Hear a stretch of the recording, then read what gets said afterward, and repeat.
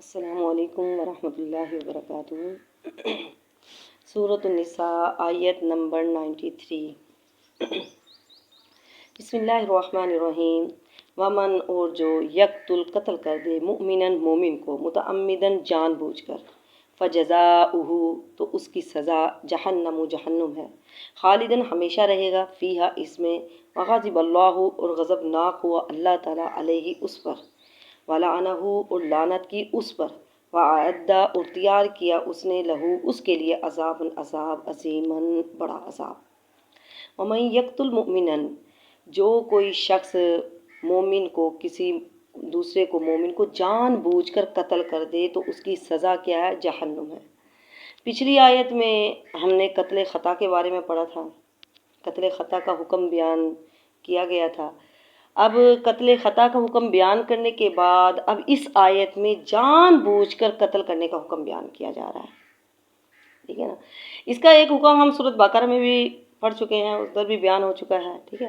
اب یہاں پر جو بیان ہو رہا ہے یہاں پر صرف اس کے گناہ اور وعید کا ذکر ہے، ٹھیک ہے نا۔ جو شخص مسلمان کو جان بوجھ کر مار ڈالے گا فجزاؤہ تو اس کی سزا کیا ہے؟ جہنم جہنم ہے، خالداً ہمیشہ رہے گا اس میں، تو اس کی سزا جہنم ہے اور وہ اس میں ہمیشہ رہے گا۔ اللہ اس پر غصے ہوا اور لعنت کی اور اس کے لیے عذاب ہے، بہت بڑا عذاب تیار کیا ہوا ہے۔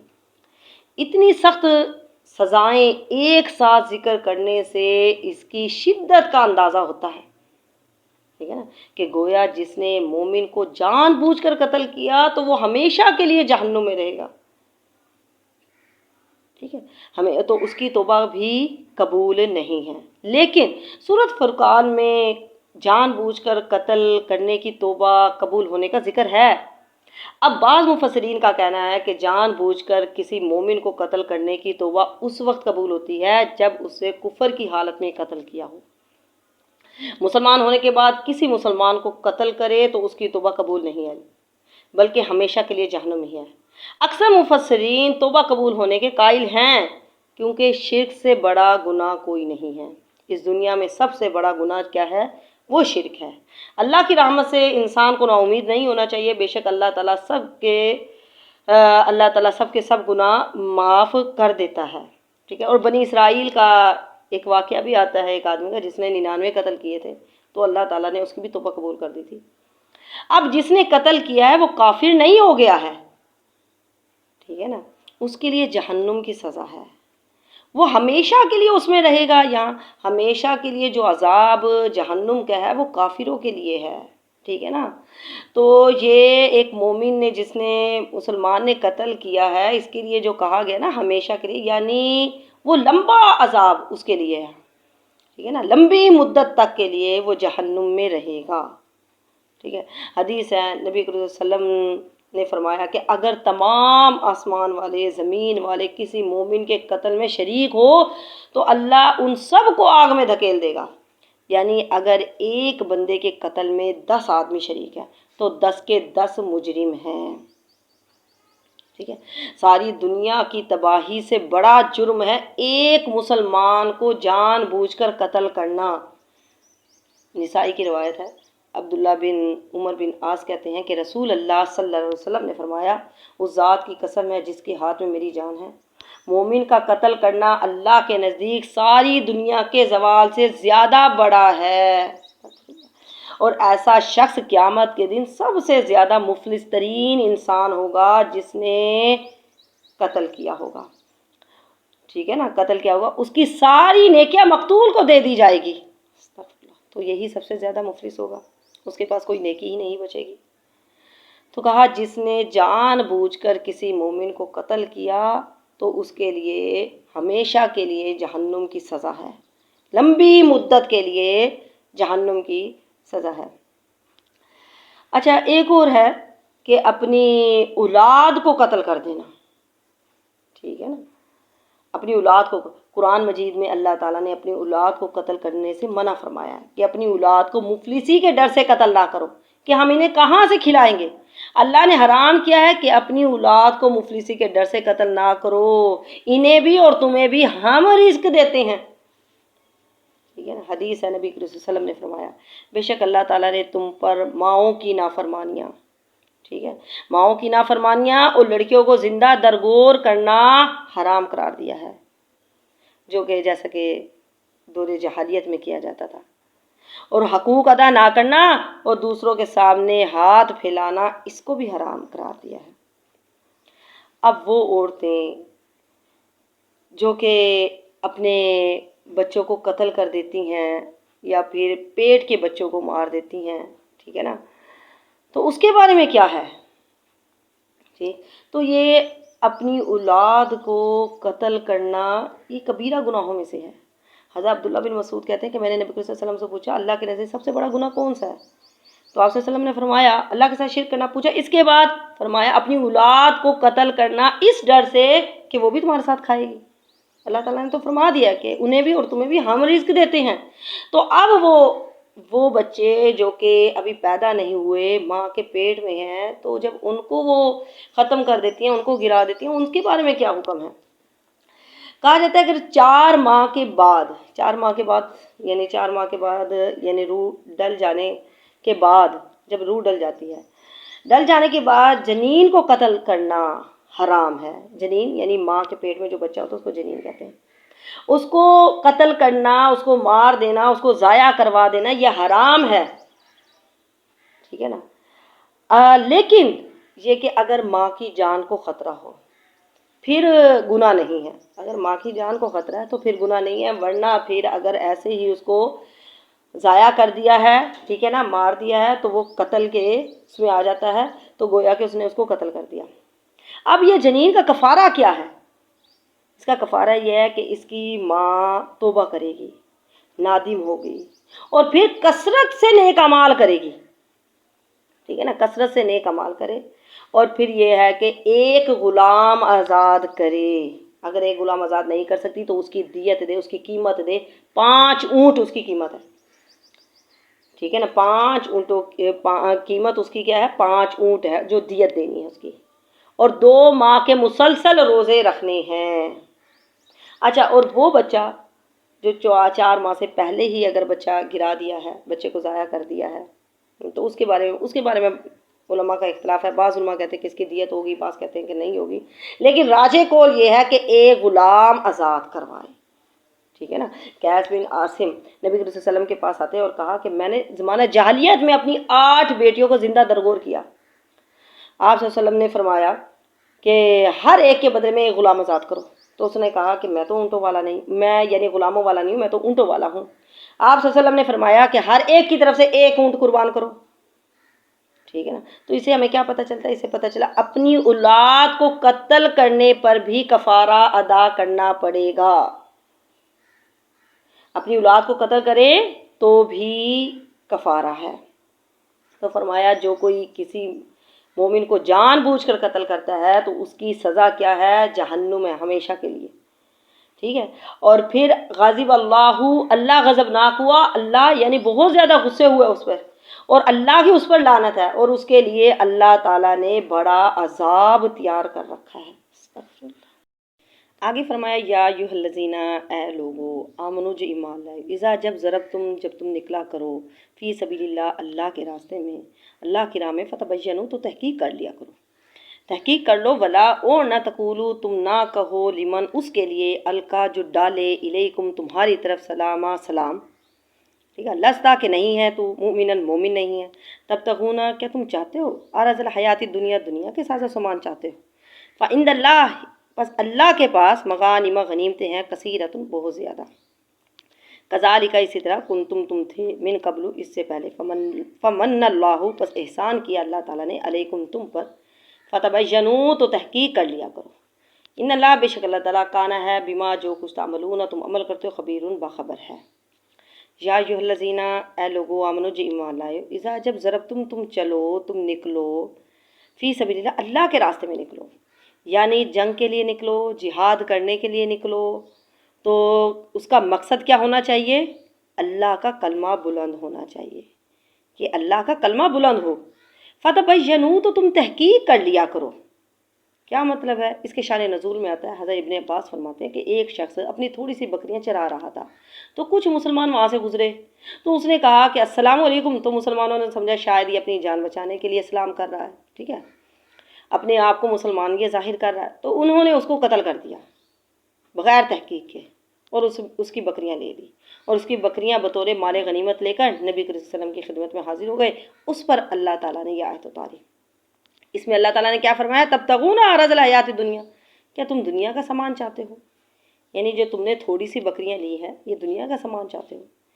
ترمذی کی ایک صحیح حدیث ہے، اس میں یہ آتا ہے کہ بنو سلیم کا ایک شخص تھا، بکریاں چرا رہا تھا، بکریاں چراتا ہوا صحابہ بکریاں چرا رہا تھا، تو صحابہ کی ایک جماعت کے پاس سے گزرا، تو اس نے سلام کیا، تو صحابہ آپس میں کہنے لگے یہ مسلمان تو نہیں ہے، صرف اپنی جان بچانے کے لیے سلام کر رہا ہے، تو انہوں نے بغیر تحقیق کے اس کو قتل کر دیا اور بکریاں لے کر چلے گئے۔ اس پر اللہ تعالیٰ نے یہ آیت نازل کی کہ تم نے جو تھوڑی سی بکریاں لی ہے یہ کچھ بھی نہیں ہے، اللہ کے پاس تو اس سے کئی زیادہ بہتر غنیمتیں ہیں، فَعِندَ اللَّهِ مَغَانِمَ كَثِيرَةٌ، اللہ کے پاس بہت سی غنیمتیں ہیں۔ تو انسان کو ہر کام میں تحقیق کرنی چاہیے، بغیر تحقیق کے کام نہیں کرنا چاہیے۔ ایک موقع پر نبی صلی اللہ علیہ وسلم نے لا الہ الا اللہ پڑھنے والے کو قتل کرنے پر شدید ناراضگی کا اظہار کیا۔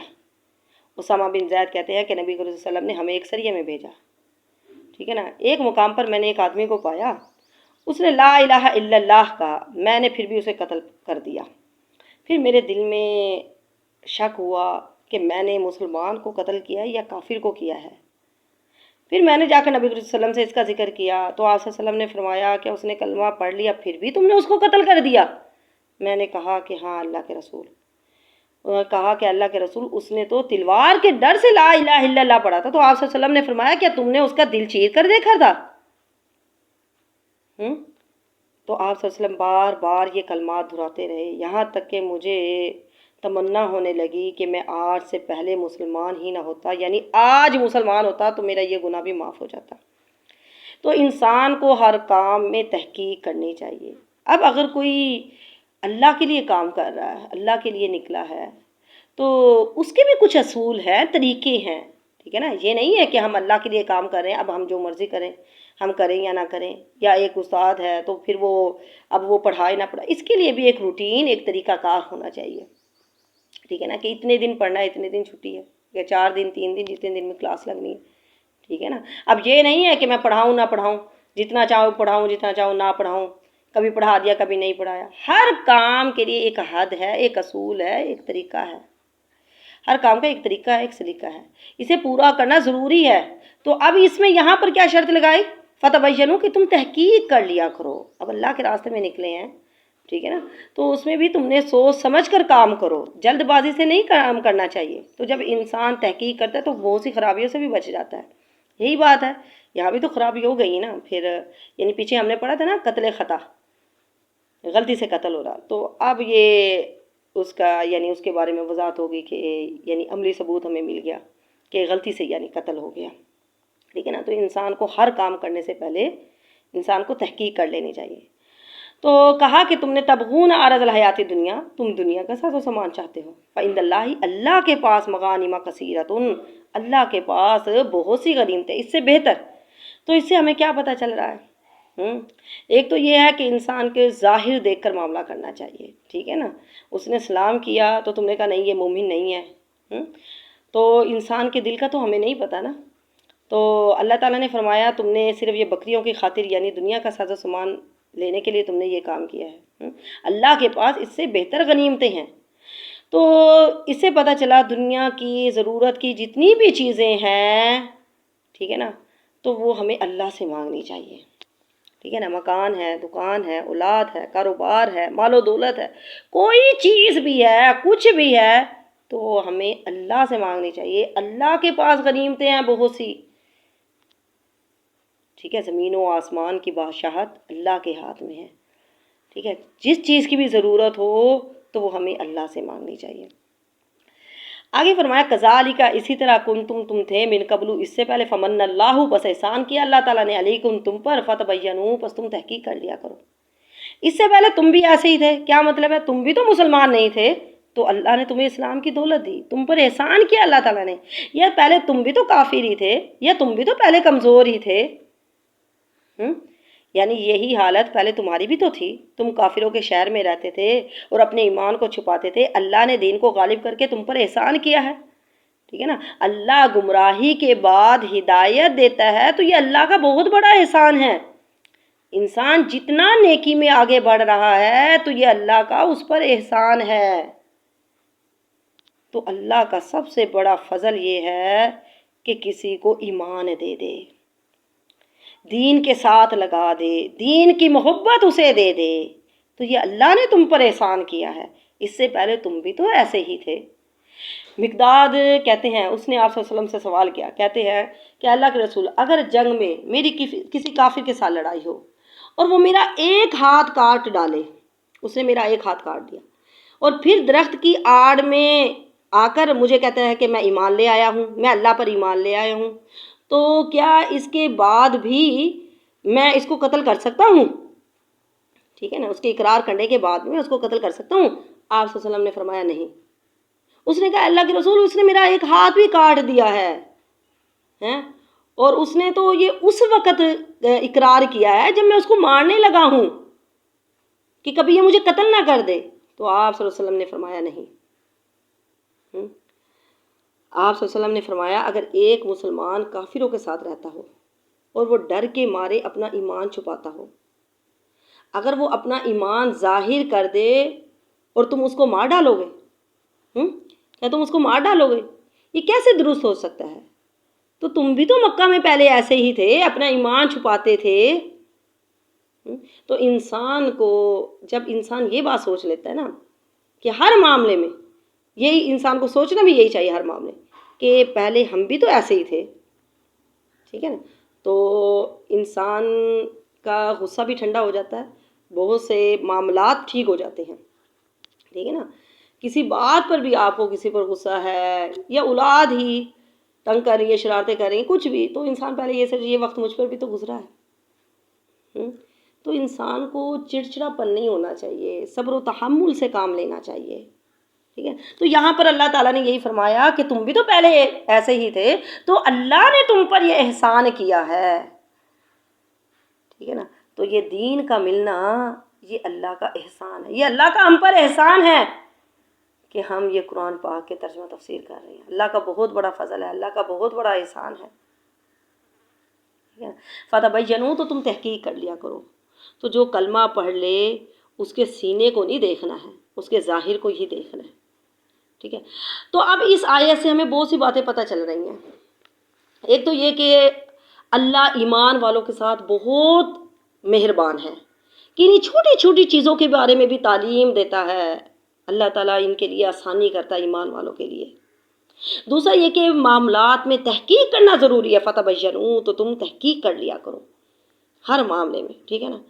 اور پھر یہ کہ کسی کے اوپر ریاکاری کا الزام نہیں لگانا چاہیے.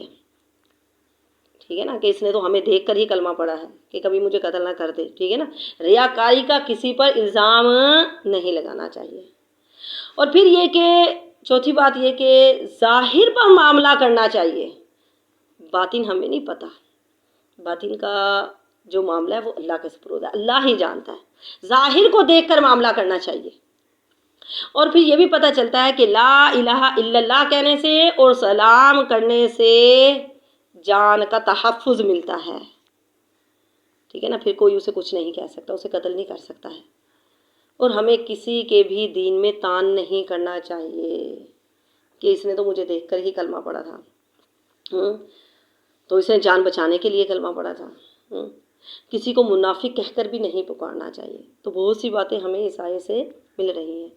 تو پھر آگے اللہ تعالیٰ نے کیا فرمایا؟ فتبینوا، کہ تم تحقیق کر لیا کرو، بغیر تحقیق کے نہ کیا کرو. ان اللہ، بے شک اللہ تعالیٰ، کانا ہے بما، جو کچھ تعملون تم عمل کرتے ہو، خبیراً، خبردار ہے. یعنی اللہ تعالیٰ نے اب جو تمہیں تعلیم دی ہے، اگر اس کے بعد بھی تم عمل نہیں کرتے ہو تو اللہ کو ساری خبر ہے. اللہ تمہارے ظاہر کو بھی جانتا ہے، اللہ تمہارے باطن کو بھی جانتا ہے. اور پھر قیامت والے دن پھر کیا ہوگا؟ ویسا ہی اللہ تعالیٰ نے تمہیں بدلہ دینا ہے. ٹھیک ہے نا. اللہ تعالیٰ سے کوئی بات بھی چھپی ہوئی نہیں ہے. جو کچھ بھی پھر تم عمل کر رہے ہو اللہ تعالیٰ اس کو جانتا ہے۔